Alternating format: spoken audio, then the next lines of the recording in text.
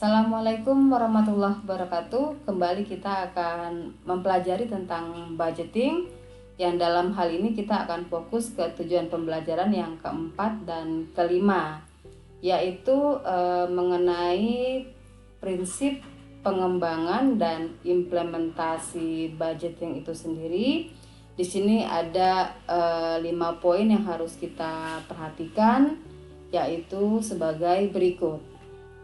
Jenis anggaran yang akan kita pelajari adalah anggaran penjualan, kemudian anggaran persediaan, serta anggaran produksi, anggaran bahan baku, serta anggaran pembelian bahan baku.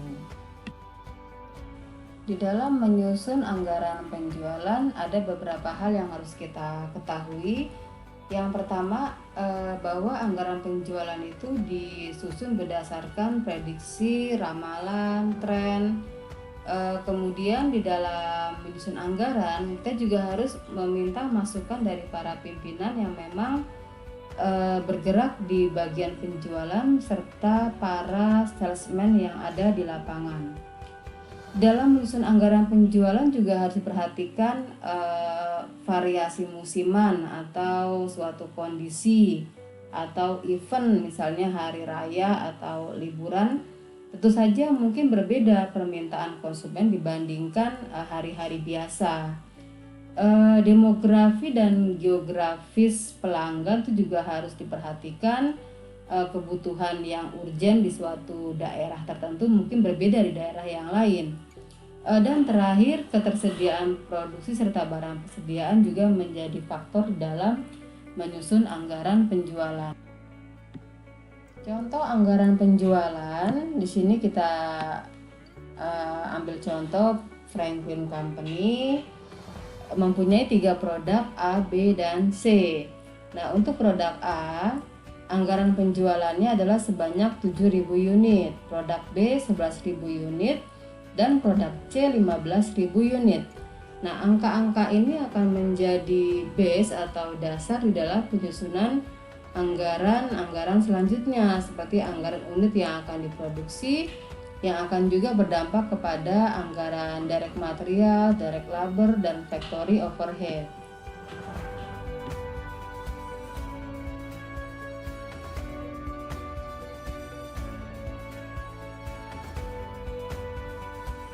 Unit yang dijual yang telah dianggarkan tadi ini akan menjadi dasar perhitungan mencari nilai unit yang diproduksi. Sebagai contoh, Franklin Company di sini memproduksi produk A ya. Tadi unit yang dijualnya sebesar 7.000. Nah, maka untuk yang diproduksi bukan sebesar 7.000, karena harus memperhatikan berapa nilai produk akhir yang akan menjadi persediaan atau menjadi stok barang. Kemudian juga melihat unit produk yang ada di gudang atau unit awal. Nah, sehingga untuk mencari unit yang diproduksi, di sini unit yang dijual, kemudian kita tambahkan dengan unit akhir yang diinginkan, kemudian dikurangi dengan unit awal periode atau unit awal pada bulan tersebut. Nah, hasilnya adalah unit yang diproduksi produk A itu adalah sebesar 7.050. Untuk produk B dan produk C itu perhitungannya sama. Nah, di sini hasil akhirnya adalah 10.800 untuk produk B dan 14.900 untuk produk C. Nah, nanti unit yang diproduksi ini akan menjadi dasar ya dalam menghitung nilai direct material, direct labor, dan factory overhead. Tahap berikutnya kita akan menghitung direct material budget. Nah, di sini kita mulai dari unit produksi ya, produksi. Tadi untuk produk A itu kan 7.050. Nah, untuk menghasilkan produk A ya, itu dibutuhkan bahan baku apa saja. Nah, di sini contohnya ada bahan baku X, bahan baku Y, dan bahan baku Z. Nah, ini nanti komposisinya akan berbeda ya. Misalnya untuk bahan baku X. Nah, ini dibutuhkan sebanyak 12 unit material X per unit produk.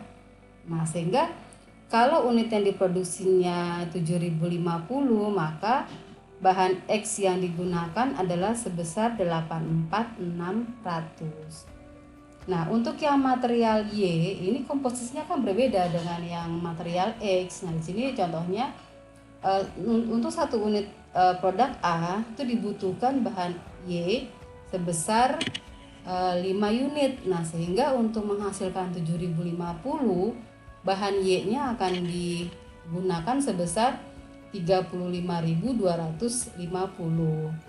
Nah, untuk material Z, nah ini untuk per unit produk A itu dibutuhkan material Z sebesar 2 unit. Sehingga untuk menghasilkan 7050 produk A itu akan membutuhkan material Z sebesar 14.100. Nah, ini perhitungannya juga sama untuk produk B dan produk C. Sehingga kalau kita totalkan kebutuhan material X untuk produk A, B, dan C ini sebanyak 264.400 untuk kebutuhan material X. Untuk material Z total bahan Y yang dibutuhkan adalah 97.450. Nah, sedangkan untuk material Z totalnya, jadi material Z untuk produk A, B, dan C itu dibutuhkan sebanyak 39.800. Nah, perhitungan ini diperlukan ketika perusahaan akan menentukan berapa ya yang harus dibeli untuk material X, material Y, dan material Z. Berikutnya kita akan menghitung anggaran pembelian. Di sini sebagai contoh material X ya. Nah, kebutuhan bahan X untuk produksi berdasarkan schedule 3 itu adalah 206.400. Nah, berapa yang akan kita beli? Kita harus melihat unit yang diinginkan, yaitu pada akhir periode. Kemudian kita kurangi dengan stok yang ada atau unit material X pada awal periode. Nah, ini menghasilkan 270.400 unit yang akan dibeli. Nah, kemudian kita kalikan dengan harga pembelian dari material X nih. Di contoh ini adalah $1. Sehingga cost untuk membeli material X itu adalah sebesar 270.400. Nah, untuk material Y dan material Z itu perhitungannya juga sama. Jadi bisa kita buat rumus adalah unit yang diperlukan untuk produksi ditambah unit akhir dan dikurang unit awal. Sekarang kita akan menghitung direct material cost masing-masing produk. Nah, di sini sebagai contoh misalnya produk A membutuhkan material X sebanyak tadi 84600, material Y 35250, material Z 14.100. Ini kita ambil dari schedule 3 ya. Kemudian kita kalikan dengan unit cost masing-masing material. Material X $1, sehingga direct material cost untuk material X itu adalah sebesar 84600. Material Y itu sebesar $14 per unit, sehingga hasilnya adalah 493.500. Sedangkan material Z itu cost per unitnya adalah 2,5, sehingga menghasilkan 35.250. Oke, untuk materi kita kali ini kita cukupkan. Nah, sedangkan untuk materi direct labor budget dan FOH budget akan kita bahas pada sesi berikutnya.